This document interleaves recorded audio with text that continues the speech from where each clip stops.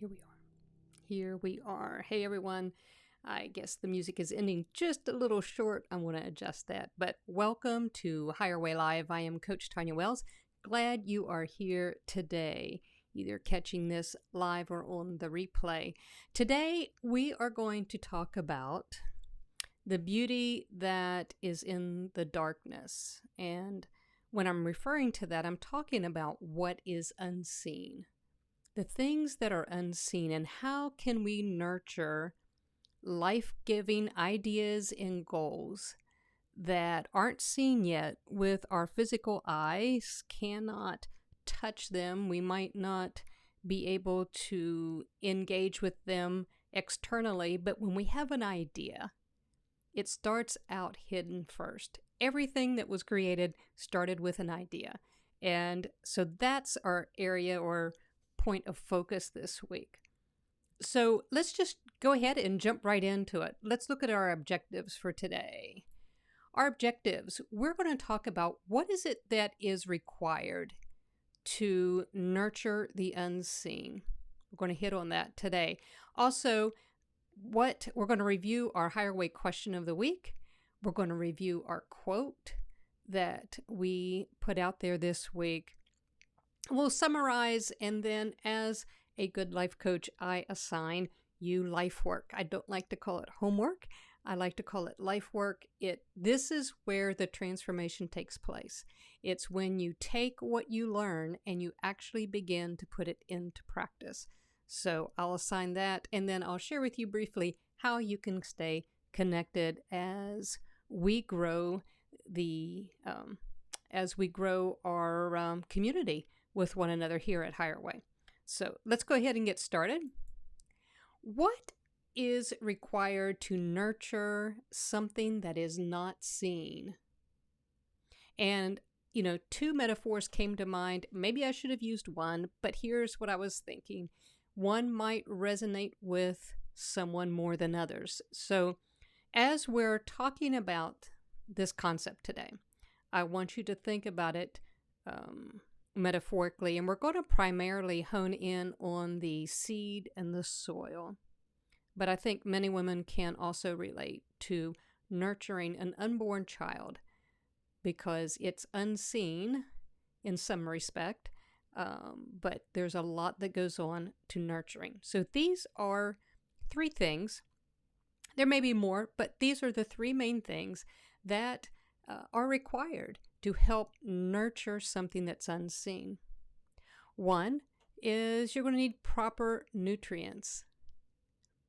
Two, expectation and patience to carry out or to see this seed come to full fruition. And you know what? I forgot number one. The first one is to protect the environment for it to grow and to be nurtured. So let me back up 1 second. So we've got three requirements. One is to create and have a protective environment to grow, a place for the seed to be nurtured. The second is to provide for it proper nutrients. And then the third is to carry a real good and healthy attitude. So to have hope, expectation that what is being nurtured is actually going to come to pass. And it requires patience, right? It would be pretty foolish. Let's go to our seed and soil metaphor first. To have an idea, which ideas, man, they can be crystal clear at the moment. And so we plant that idea. But what happens is we get excited about the idea, we plant it, and then we're wondering, okay, where is it? Has this not happened yet? And we start digging it up and looking to see where it's at in the process. And when we do that just interrupts the whole process of it actually coming full term. So we want to learn how to not do so. So these are the three things that definitely are necessary for us to take an idea in seed form and begin to nurture it. Let's see here. This was the question that I posed. It's been, I think, 2 weeks ago, maybe, when I posed this question. I said, when your potential seems hidden, where do you place your goals? Or where do you place your focus? So potential is unseen, right? We talked about potential, but you could also insert an idea or a goal or a dream. So when it's hidden and you can't see it yet with your natural eye, where do you tend to place your focus? And the responses that I got actually were, I think, B, C, and D. And had it circulated a little bit more, I think we would have received some A's as well. So let's just hit on all of them for a moment. Sometimes when we don't see things happening, we want to help it happen quicker. So we get and we ramp up our activity. That depends on, I was going to say, that doesn't always need to or produce what we need in the next step. Because sometimes we're doing so out of frustration, or we're afraid that it's not going to happen quick enough, and then we jump right in and start trying to ramp up activity. And that seed is going to germinate and grow when it is ready. And we'll talk about that here in a minute. The second is, and this is probably one that I tend to default to more than what I'd really like. And I'm learning how to not do so, but is to notice what's missing. So I might know on one hand, yes, I'm nurturing this. Yes, no, I can't see it all come to pass at this point, but and maybe not even sprout, but I'm constantly looking at what's missing rather than what's happening. And again, because we can't see it with our natural eye, it's learning how to recognize that there is life and there is something happening. We just cannot see it yet. So it's learning, for me, it's learning how to put my focus. Yes, there is something happening. I might not be able to see it yet, but I believe and know it's taking place. Another one is we're checking the clock, we're checking our time, and we're saying, oh my goodness, this is taking too long. This is just taking too long. I thought I would start this new healthy eating, and I was clear. I know what I was going to do, and I haven't lost the 50 pounds yet. This is just taking too long. It takes time. The fourth one is nurturing the moment, and this is what I'm inviting us all to learn how to start doing, is when we plant that seed or that desire or that idea, or maybe even as we're looking, as the question is posed, as we're looking at our potential, what is in us, in our character, what is in us in our ability and capabilities that maybe we haven't seen yet. How can we nurture that? So nurturing the present moment, nurturing that, knowing that there's more, is our best option. And in that, it may lead us to action, but now we're doing so from a place of nurturing and not frustration. Here's the quote for this week. I like this one, and I'm going to reword it just a bit. This can go two ways. So it says, this time may be dark, but all regrowth starts in the darkness of a seed.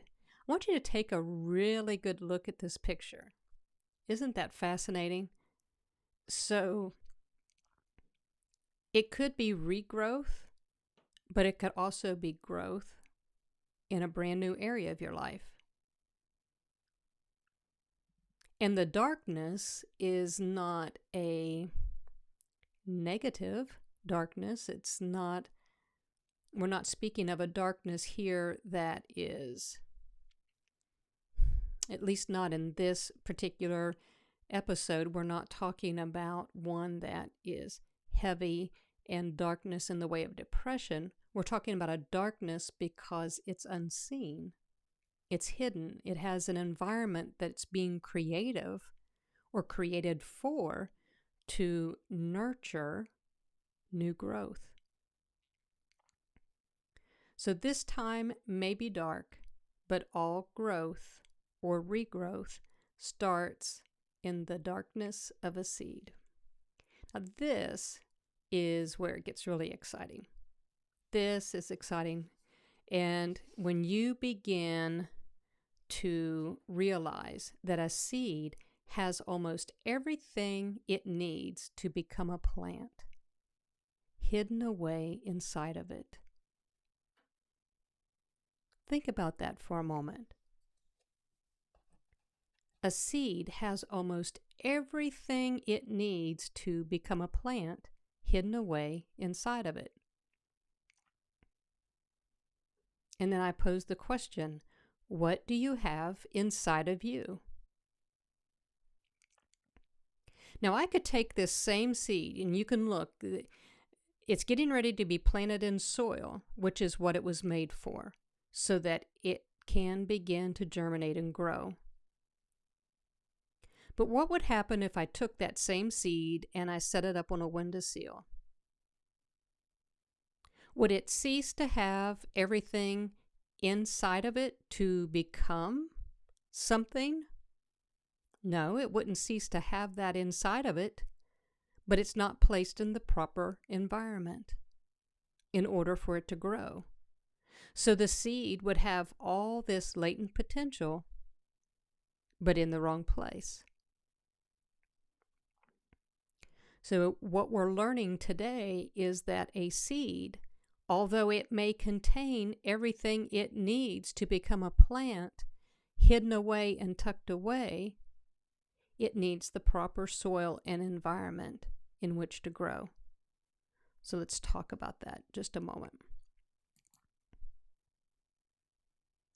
Once a seed is planted in an environment, now I want you to continue to think here. I want you to continue to think metaphorically, and I'll ask you some questions toward the end of today's show to help you make that connection. But I want us to understand this process more so at this point. So we have the seed and we place it in good soil. We place it in an environment that the seed was made for to grow. So the next stage of that growth is what's called germination. Once the seed coat has sensed that the conditions are right for growth, it will begin to allow water into the seed. It's pretty powerful. I'm going to read that again. Once the seed coat has sensed that the conditions are right for growth, it will begin to allow water into the seed. And so it begins to absorb this water and it begins to swell to the point where it bursts open and the embryo awakens and begins to grow. And then the third stage is that growth begins to take place. Once the seed opens, and remember the seed contains almost everything it needs to become what's in that seed. Once the seed opens, a radicle appears, which is what you see here. And that radicle is the starter or the precursor to a root of the plant. So the seed is placed in the ground, germination and growth. And I love what it says here, and this came from an article on literal plants, but it says as long as the plant continues to have access to water, sunlight, and nutrients, it will continue to grow and develop into a mature plant. It will eventually produce seeds of its own. All right. So let's talk for a minute. So I want us to take that picture and I want us to take those stages of growth, and I want you to think about your own life. I want you to think about, choose one. It could be your potential in a certain area. It could be an idea. It could be a goal. But choose something here and begin to look at it metaphorically. And it doesn't have to be something big and huge. It could be something small, or it could be really anything at any size. But we're always turning ideas, or we're taking ideas, and that seed is nurturing and growing into something.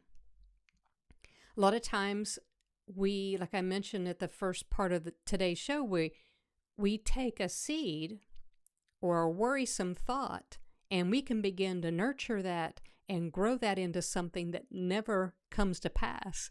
Or maybe we do so much that we end up, I don't know, creating such circumstances that it's almost like we create this chaos in our lives. But I want us to take that same process, so to speak, or that same way of entertaining an idea. Let's look at it in a life-giving way. I think too often we see a seed of potential to change an area of our life, and we get excited because it's so clear and we have such a strong desire, but we've not understood this process. And so we either abort our seed, or we dig up our seed, or we don't know really what kind of environment to place that seed or that idea in, and therefore it doesn't grow. And then we get frustrated, and then we say, well, why set goals anyway? Or why think I can do this anyway? It's just because we haven't learned how to nurture that potential. One of the things that I think a lot of people can identify with, and it doesn't matter what size you are, is around eating healthier. So I chose that one for an example. So let's walk through this. Let me go back to our pictures here so you can get a visual with it too. So the seed is that idea or desire. Let's say it's a desire that I want to feel and be healthy and strong. I want to feel better. I want to be healthy. I want to be strong. Now, where do you plant this seed? Where do you plant this desire? What kind of soil? What kind of environment? Internally and externally would you plant this idea in? When I think of internally, I think of being teachable. I think of being willing. You don't want your soil to be hard and hardened, so there needs to be a willingness to learn something new. There needs to be a willingness to see the reality of your current state of health. And so there needs to be internally, it's helpful to have soil or an environment that allows for new information. Then also, when you think about it externally, let me go back here just to me. So when you think about it externally, think about your kitchen. Think about the food that you have in your house. What kind of food do you have in your house? How often do you eat? What times or habits do you have around eating? How do you prepare food? So here's your environments. Or do you eat out a lot, or do you feel like you always have to go through a drive-through? What is the environment? These are things that would represent the soil. And then I loved learning about this. I'm sure I did in school earlier, but it just really struck and hit home. So my next question, as you think about, or we use this metaphorically with healthier eating and feeling better, how would you water that idea, or how would you water that goal? Because remember, it's in the allowing the water into the seed that it absorbs to the place where it begins to burst open and start to grow. So watering, I'll tell you what, it's pretty fascinating when you think about it. Our bodies are made up of so much water. I've heard several percentages, everything from 74% to 80 some percent, and to be honest, I'm not sure which one it is, but the premise is our body is made up of a lot of water. There's also research that talks about how what we say, what words we say, it can affect water. And I was putting two and two together the other day, and I thought, my goodness, if what we say can change the molecular structure of water, then what we say to ourselves and over our lives is very powerful. So when we think of watering this seed of better health, one of the things that I want to pose to us is, what are we watering? What words are we using over ourselves? Are we voicing our frustration? Are we voicing deprivation? Oh my goodness, I can't have this, and all that, are we doing that? Or are we focused upon what we're learning? Are we focused upon where we're heading, the outcome of what we're getting ready to experience when it comes to maturity? Also, what we're listening to on podcasts or videos, all of those can help water that seed and begin to cause it to swell to where it begins to grow. And then it's the waiting game, right? It's the perseverance. Now we're waiting, but we're continuing to do the things we know to do to nurture that seed. So we're remaining faithful in any bumps in the road, or when we fail to maybe not do everything to the T like we wanted to. It's okay. We just get back up and we keep going. So there's this perseverance, and it's usually within the perseverance, there's this aha moment, and it begins to click. And I believe when things begin to click and it begins to come together and you start knowing that something is happening, it's like the roots begin to go deep, and you begin to get that first offset of that root, and it begins to go in and create a root system so that you are forming a new habit. Looks like I wrote down a few questions here, but I think I've already asked them. Questions to ponder. What kind of environment do you create for nurturing new ideas or new goals? What kind of internal environment do you create for new ways of seeing yourself or a new goal? So when you look at thinking about, that did not come out right, did it? When you look at creating an environment, you want to look at both internal and external environments for your seed. Let's jump into life work. Let's see here. Okay, so your life work. First of all, you want to clarify your idea or desire. What is it that you want to grow in? What area?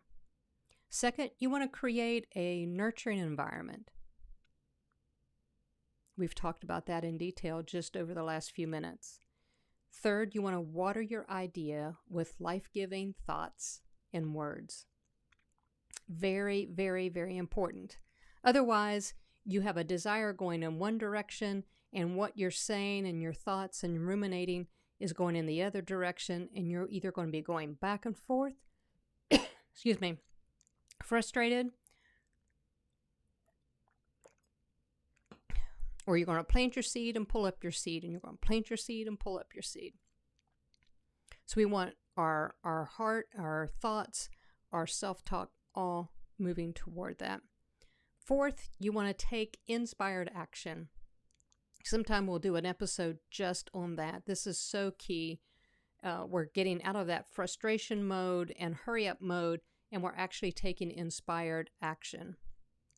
And number 5, nurture and run the roots deep. Become unwavering in your new goal or your desire. and how you want to change with something that's life-giving there. Okay, I think I've already done that one. All right, all. I'll tell you what, if you want to stay connected with myself as we grow Higher Way and as we grow Coach Tonya Wells, I invite you to check out our website, CoachTonyaWells.com. Also, we've got a YouTube channel, Coach Tonya Wells. That's the handle, and you can check that out there. Guys, I appreciate you listening, watching today. I hope this was helpful. There's no magic wand to really take an idea or a desire that's life-giving and bring it to maturity quicker, sooner, faster. When it comes to it's going to grow in its own time, but we can help it along by providing an environment that's nurturing, by planting the seed in actual soil that it needs to be in. Remember how I said, you take a seed and you set it on a windowsill, the seed still has the potential of everything in it to grow and become that, but it's in the wrong environment. So I guess we can help it along, but there is no magic wand. And it does take patience and takes perseverance, but we grow so much in the process. We really, really do. Hope this was helpful to you today. Hope you learned something. If you did, leave me a comment. Let me know if there's a topic of personal growth that you would like for me to teach on in one of the shows. I'll be glad to do so. Anyway, I am going to close this out. Have a wonderful day, and I will catch you next time. Bye-bye.